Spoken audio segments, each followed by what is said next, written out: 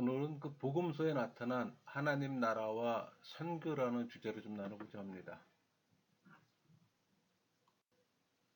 여러분, 선교와 전도라는 단어가 오늘날에는 차이가 있다고 봅니다. 먼저 선교사라는 단어의 기원부터 살펴보면 영어의 미셔너리라는 이 언어는 13세기 로마 카톨릭이 사용했어요. 그 단어의 의미는 세상에서 사도 생활과 사역을 위해 보냄을 받은 어떤 사람입니다. 그러나 이 단어가 오늘날 선교사 개념으로 사용되어진 것이 아니에요. 선교사 또는 선교라는 단어가 이후부터 그 의미를 가지고 꾸준히 사용한 것도 아니에요. 도리어 이 선교라는 단어보다는 이 전도라는 단어를 사용했어요. 로마 카톨릭도 예가 아닙니다.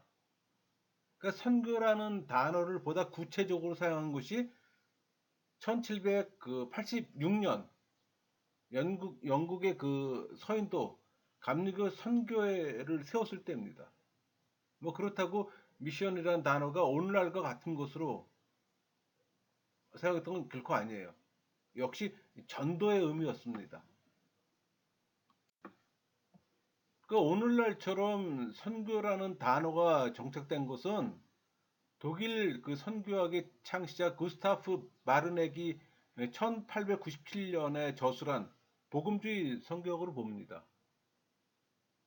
이 당시까지만 해도 선교와 전도의 관계는 전도가 더 포괄적이에요.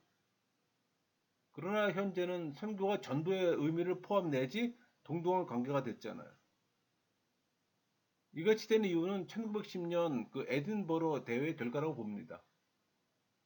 이 에딘버러 선교 대회 이전에는 이 선교학을 사도학 또는 증가학이라고 했어요. 그러니까 복음을 증거하는 행위로 인해 나타나는 현상을 중심으로 한 것으로 이 사도학의 경우 복음 증거를 위해서 보내는 것이 중요했습니다. 그러니까 이 보냄은 곧 누구로부터의 보냄을 받느냐가 중요해요. 그러니까 사도적 권위로 나아가야 한다고 주장한 겁니다. 이에 비해 증가학은 교회 인원이 복음 증거 결과 증가한다는 의미를 강조함으로 사용된 거예요. 그러니까 에딘버러 선교 대회와 그 1928년 예루살렘 선교 대회를 기준해 선교의 방향이 복음 그 자체에 있지 아니하고 사회 복음에 기울어진 겁니다. 그러니까 이같이 된 이유는 각 선교 단체가 교리적 일치를 볼 수 없었기 때문에 교리로 부딪히지 않는 사업에 치중했어요. 예를 들면 통계 수집, 마약 제거 운동, 교육, 성경 번역, 출판, 병원 설립 등에 힘썼던 겁니다. 그 결과 선교의 개념은 전도의 개념을 포함하게 되었고 과거 순수 개념에서 이탈해 또 확대되고 결국 하나님의 선교의 앞길을 예비했어요. 그러니까 1928년 예루살렘 선교대회 때 그 독일 대표로 참석했던 칼 하임은 주장하기를 당시 일부 지도자들은 국제선교협의회를 그저 국제연맹 정도로 치부했다고 합니다. 여러분, 기독교의 복음은 기쁜 소식이잖아요. 복음서 중 최초 기록인 마가복음 1장 1절 하나님의 아들 예수 그리스도의 복음의 시작이라 이렇게 설명을 시작합니다. 근데 이 복음 유앙겔리온 있죠? 이 말의 뜻이 바로 좋은 소식이에요. 이 기쁜 소식은 근원이 역사적 사실에 있습니다. 그 순서도 역사적으로 잘 조화되어 있어요. 그러니까 기독교는 일반 종교나 이 철학적 체계와 구별돼요.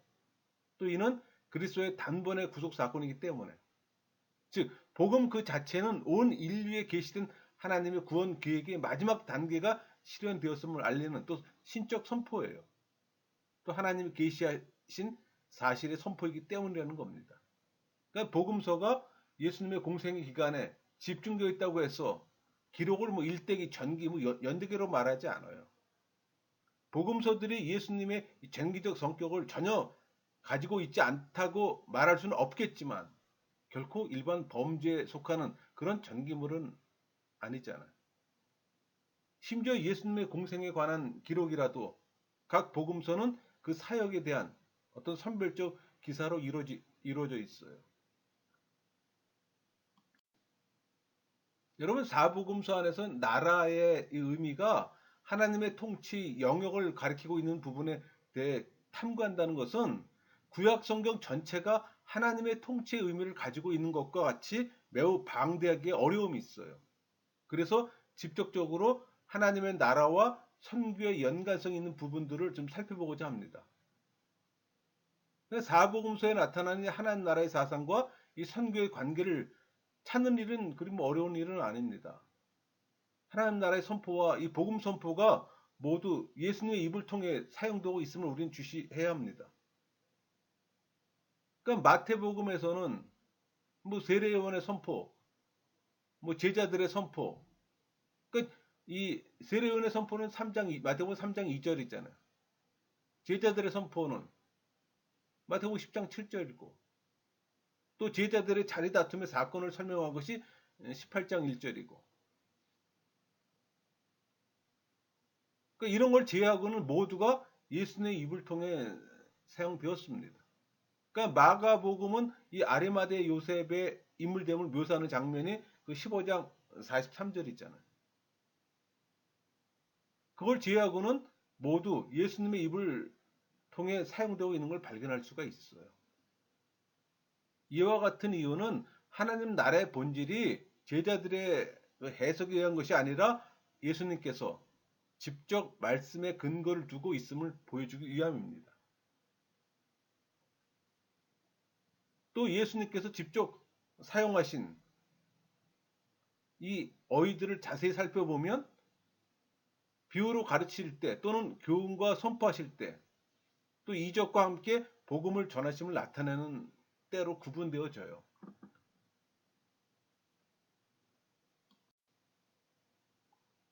여러분 예수님의 가르치심은 당시에 이 가르치는 일을 직업으로 하고 있었던 그 서기관들의 가르침과는 대조를 이루고 있어요. 그 이유는 뭘까요? 그건 예수님의 가르침의 가운데는 권위가 있다는 얘기입니다. 그러니까 예수님의 가르침은 하나님 나라의 초청이었어요. 선포는 종말론적 메시지고 이 묵시 문화적인 것이 아니었기에 차이가 있었던 겁니다. 여러분 예수님의 모든 설교의 주제는 하나님 나라였어요. 그리고 그의 모든 사역은 하나님 나라를 확장하는 일입니다. 결국 예수님은 하나님 나라의 선교사요, 선교의 개척자라고 말할 수가 있는 겁니다. 그럼 예수님의 선포, 뭐 세례요한의 선포, 파송된 파송자들의 선포와 하나님 나라 관점에서 한번 바라보겠습니다. 여러분 예수님의 교훈을 요약하면 바로 예수님의 선포라고 말할 수가 있어요. 예수님의 선포나 세례요한 선포, 뭐 파송된 자들의 선포가 내용에서 일치하는 것 같이 보이나 실제적으로는 차이가 있어요. 그러니까 예수님은 하나님 나라가 가까이 온 것만이 아니라 이미 출현하고 있다고 친히 말씀하고 있습니다. 그러니까 요한의 선포나 파송된 자들의 선포는 하나님 나라는 미래적으로 임할 것을 의미하며 또 회개를 촉구하고 있어요. 회개는 객관적인 하나님 나라의 도래가 주관적이며 또 개인적인 하나님 나라의 도래를 경험하는 기름을 또 알려주고 있습니다.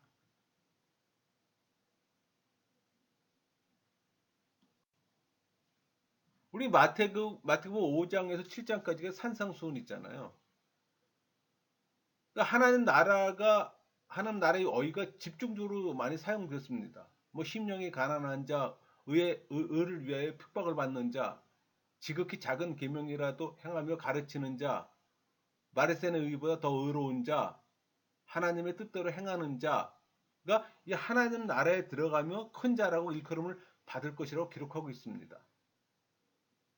그러니까 마태복음과 누가복음이 여러 가지로 차이점을 가지고 있지만 이 부분의 공통점은 하나님 나라는 현실 세계의 만족을 위한 것이 아니라 미래에 오는 것을 대망하며 준비함으로 성취하는 것임을 또 알려주고 있어요. 그러니까 이와 같은 교훈은 하나님 나라의 본질과 특성이 무엇인가를 밝히 보여주고 있어요.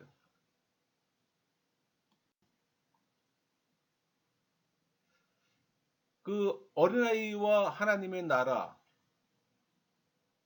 이 교훈은 뒤에 나오는 그 교훈이 재물이 많은 청년과 그 하나님 나라와 좋은 대조를 이루고 있어요. 그러니까 공관복음 모두가 이 교훈을 대조시키고 있는 것은 참으로 좀 흥미롭습니다.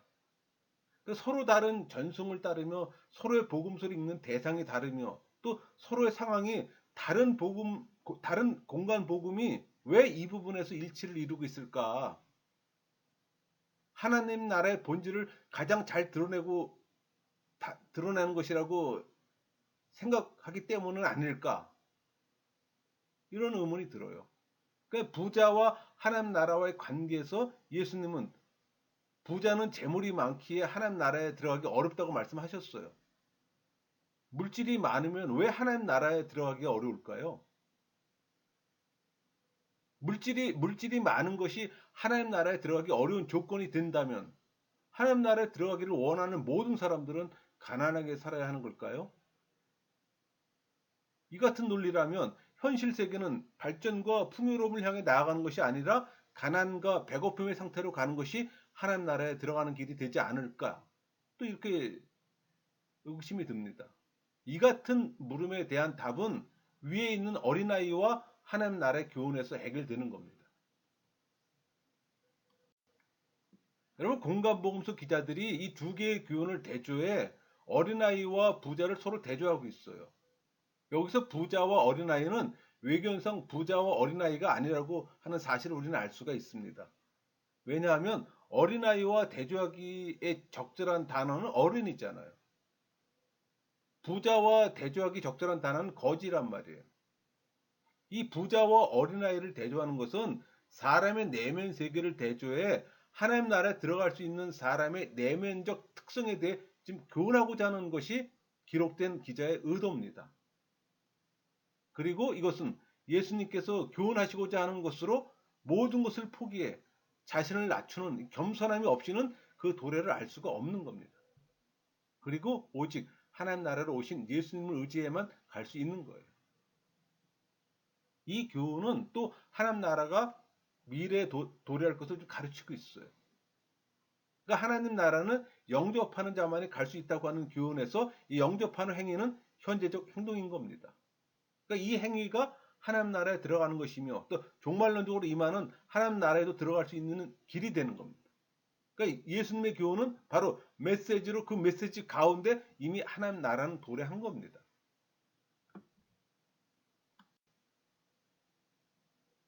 또 세례요한과 하나님 나라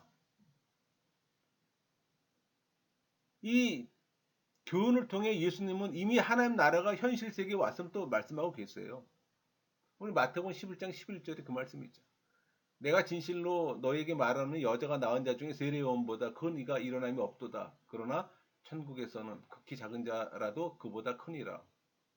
이 교훈은 세례요한이 감옥에서 제자들을 보내어 예수님께 당신이 오리라고 예언된 메시아입니까? 라는 이 질문을 했을 때 예수님께서는 자신이 행한 일 가운데 이미 메시아의 통치가 일어나고 있으며 또 예언자들의 예언이 성취되고 있음을 말한 후에 세례 요한과 하나님 나라의 그 비교해서 교훈합니다. 그러니까 하나님 나라는 객관적으로 이미 세상 가운데 들어왔어요. 이제부터 하나님 나라를 구하는 자에게 주어지는 겁니다. 그러니까 하나님 나라에 들어가는 사람은 하나님의 자녀이기에 여자가 낳은 가장 큰 사람인 세례 요한보다 큰 자가 되는 거예요.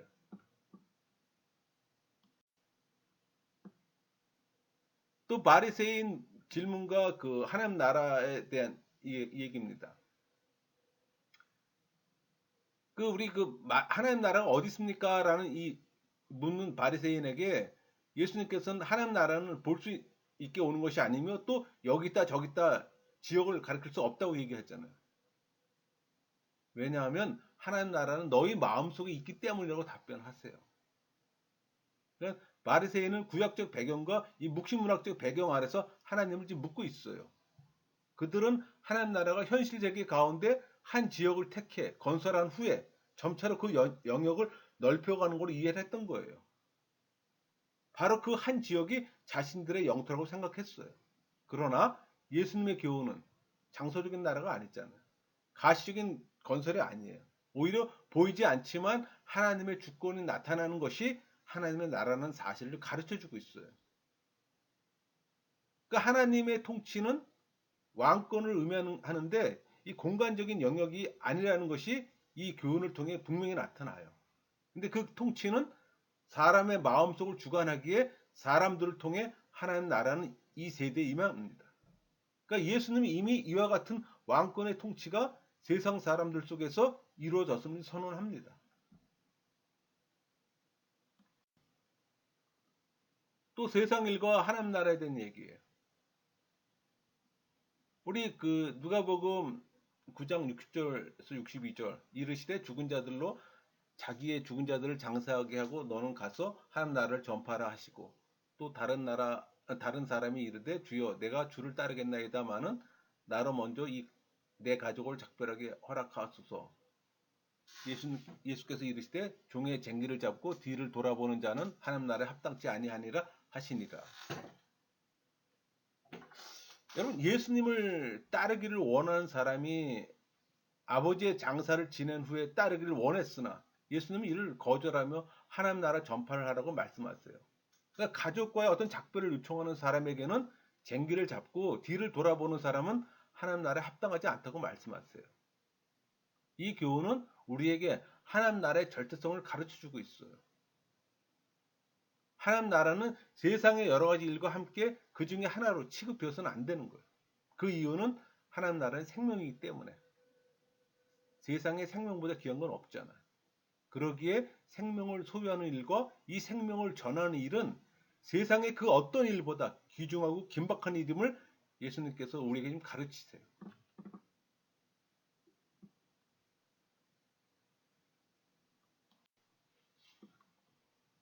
또 유월절과 하나님 나라입니다.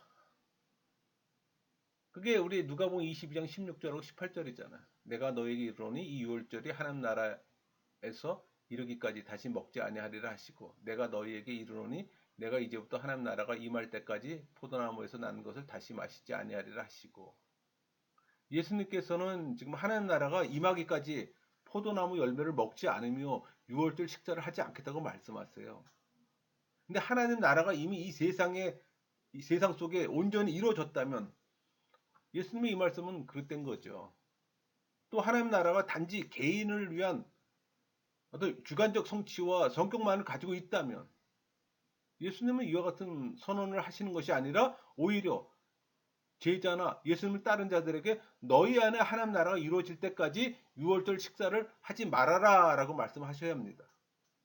그러기에 이 유월절 식사 자리에 선언하신 이 예수님의 말씀은 하나님의 나라의 영역이 종말론적으로 객관적으로 임하는 성격이 있음을 분명히 알 수가 있어요. 지금까지 하나님 나라의 어휘가 예수님의 교훈과 함께 사용된 부분을 저희가 살펴봤습니다. 여기서 나타난 하나님 나라의 성격은 비유에서 나타난 것과 동일하게 현재성과 미래성 모두를 가지고 있어요. 그러니까 하나님 나라는 그 어느 것보다 중요하다는 사실과 또 예수님의 인격을 통해서 이 세상에 임한 것이라는 것이 밝혀졌습니다. 그러니까 이와 같이 임한 하나님의 나라는 구약시대의 예언의 성취며 또 이 하나님 나라는 사람들을 통해 이 세대에 지속적으로 확장되는 겁니다. 그러니까 예수님께서 이 세상에 오셔서 이 선포하신 말씀과 비유를 통해 이미 하나님 나라가 이 세대 가운데 임하였다는 것을 우리는 앞에서 살펴봤습니다. 이제 이와 같은 비유와 말씀들이 사실로 증명되는 것이 이적이에요. 그러니까 하나님 나라의 어휘가 이적과 함께 사용되고 있는 부분은 유일하게 한 곳뿐입니다. 그게 마태복음 12장 28절하고 누가복음 11장 20절이에요. 그러나 내가 하나님의 성령을 힘입어 귀신을 쫓아내는 것이면 하나님 나라가 이미 너에게 임하였느니라. 누가복음에 동일하게 나와 있잖아요. 이 둘은 하나의 동일한 사건입니다. 이 부분을 통해 예수님께서는 자신의 이적이 하나님 나라의 이적이며 하나님의 통치하심이라고 인식하고 계시는 겁니다. 예수님의 이적은 복음서에 기록되어 있어요. 뭐 마귀를 쫓아내며 나병 환자들을 깨끗하게 하고 또 폭풍과 성난 물결을 잔잔케 하셨고 또 바다 위도 걸으셨잖아. 또 떡 5개와 물고기 2마리로 5천 명을 먹이시고 그러니까 헤아릴 수 없을 정도로 많은 이적을 행하셨어요. 이 같은 이적은 현대인에게는 과연 가능한가라는 질문을 유발하지만 당시 사람들이나 초대교회 교인들에게는 전혀 문제될 일이 없었어요. 왜냐하면 그들은 모두 이적의 가능성을 믿었기 때문에. 우리 마태복음 12장에서 그 예수님이 귀신을 쫓아낸다는 사실에 대해 바리새인들이 거짓이라고 몰아붙인 것이 아니라 누구의 권능으로 이와 같은 일을 행하느냐고 그 관심의 초점이었어요. 그러니까 예수님께서도 바리새인들이 귀신을 쫓아내고 있다는 사실을 인정하고 있었어요. 그게 마태복음 12장 27절 있잖아요. 또 내가 바알세불을 힘입어 귀신을 쫓아내면 너희의 아들들은 누구를 힘입어 쫓아내느냐? 그러므로 그들이 너희의 재판관이 되리라. 이적은 자연과 역사에 대한 하나님의 간섭이요. 또 하나님의 주권 행사로 초대교회는 받아들이고 있었어요. 또 예수님의 이적은 예수님이 곧 메시아이심을 또 나타내는 걸로 여겼어요.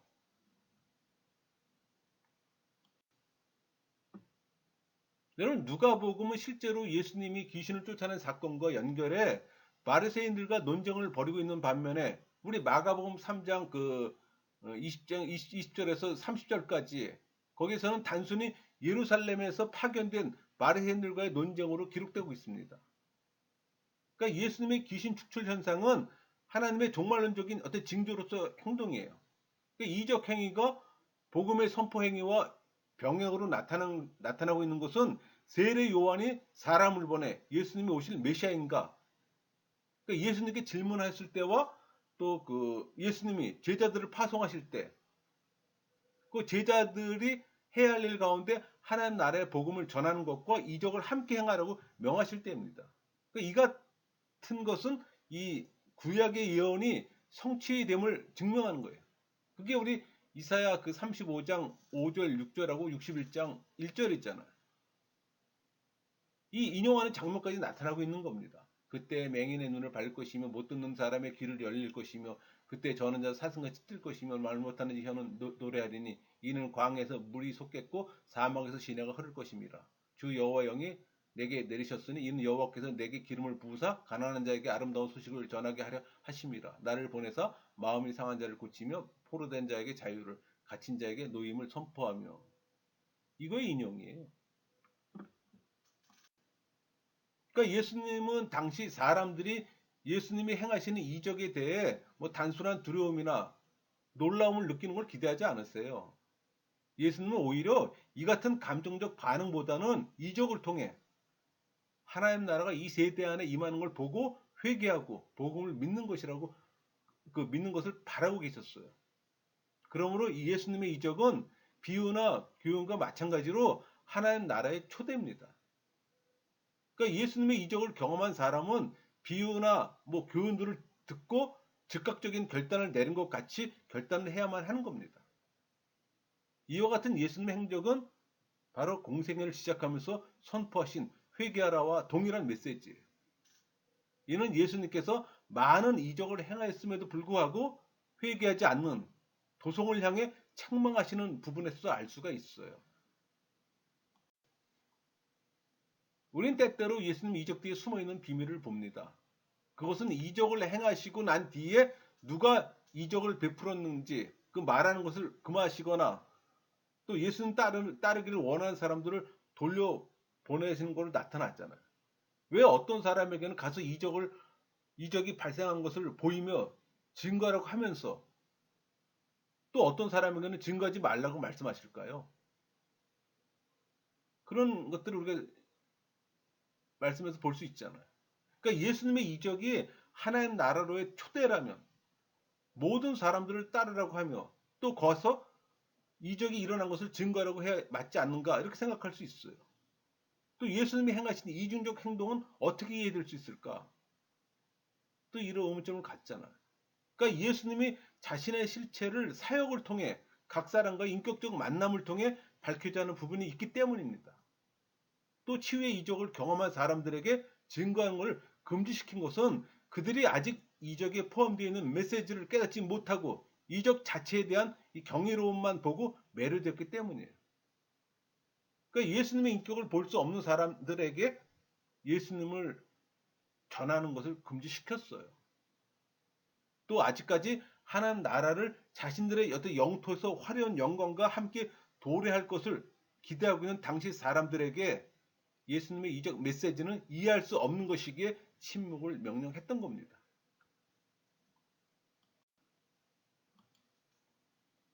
지금까지 하나님 나라의 어휘가 이적과 함께 또 사용된 부분을 살펴보면서 이적이 가지는 또 의미를 생각해 봤습니다.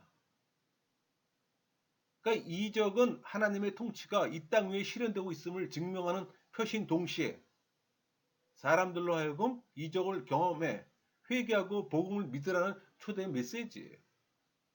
초대의 메시지가 전해졌다는 것은 이미 객관적인 하나님 나라가 도래하였음을 뜻하는 겁니다. 그러니까 예수님은 모든 행위를 통해 사람들과의 인격적 만남을 추구하셨어요. 이 만남은 곧 하나님 나라의 어떤 주관적인 도래를 또 의미하는 겁니다. 예수님의 이적을 통해서도 인격적인 만남이 있어야 해요. 예수님이 원하는 것이 이것이기에 이적은 우리를 예수님과 인격적 만남으로 인도합니다.